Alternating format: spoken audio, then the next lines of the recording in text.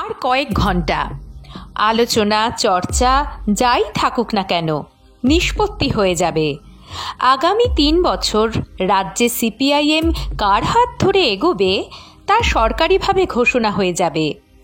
১ বছর পর বিধানসভা ভোট। ২০২১ সাল থেকে এই রাজ্যে অসীম শূন্যতার মধ্যে কাটছে লাল ঝান্ডার। লোকসভা ভোটেও কাটেনি সেই অন্ধকার। বিধানসভা ভোটে কি সিট জোগাড় করতে পারবে সিপিআইএম?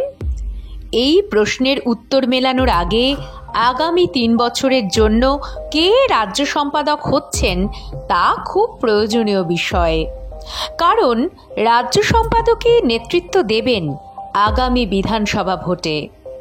কে আসতে পারেন নতুন দায়িত্বে এ নিয়ে খানিক চর্চা রয়েছে।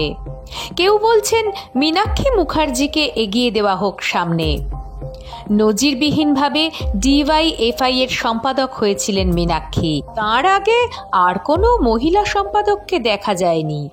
অনেকেই মনে করছেন মীনাক্ষীর বয়স কম, এটা ভাবা উচিত নয়।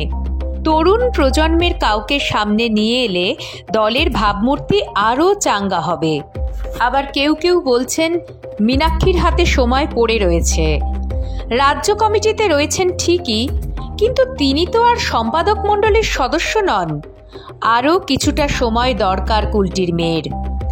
একই সঙ্গে সিপিআইএমে মীনাক্ষীর মতোই জনপ্রিয়তা শতরূপ ঘোষেরও।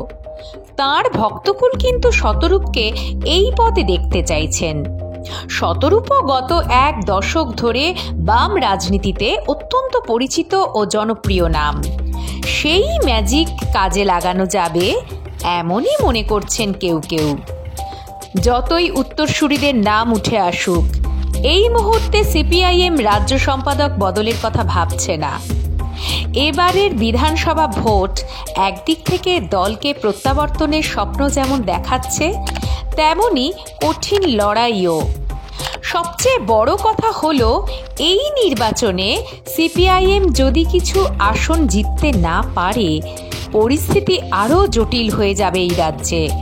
তৃণমূল এবং বিজেপি দুই শক্তির বিরুদ্ধে লড়াই করার জন্য এমন কাউকে দরকার, যিনি একদিকে পোড় খাওয়া বহু যুদ্ধের সৈনিক, অন্যদিকে যাঁর নিয়ন্ত্রণ আছে দলে। সেদিক থেকে ভাবলে মোহাম্মদ সেলিম ছাড়া বিকল্প নেই। বিমান বসুর পর রাজ্য সম্পাদকের দায়িত্বে রয়েছেন সেলিম। সীতারাম ইয়েচুরির প্রয়াণের পর কেন্দ্রীয় কমিটির কোঅর্ডিনেটরের ভূমিকায় আছেন প্রকাশ কারাট। যে কয়েকজন সর্বভারতীয় সম্পাদক হওয়ার দৌড়ে রয়েছেন, তাঁদের মধ্যে নাম রয়েছে সেলিমেরও। কিন্তু বিধানসভা ভোটের কথা ভেবেই এই মুহূর্তে আলিমুদ্দিন তেমন কিছু ভাবতে নারাজ। আপাতত দলের সামনে অনেক কাজ। প্রবীণ ও নবীনের মধ্যে সমন্বয় সাধন, নতুন প্রজন্মকে চাঙ্গা করা, গ্রামে আবার শক্তিশালী করে তোলা সংগঠন, শ্রমিক ও কৃষকদের মধ্যে আবার বাম আন্দোলনকে সংক্রমিত করা, বুথ পর্যায়ের জন্য কর্মী তৈরি করা, সর্বোপরি এক ঝাঁক নতুন নেতা তুলে আনা, যাঁরা ভবিষ্যৎ হবেন।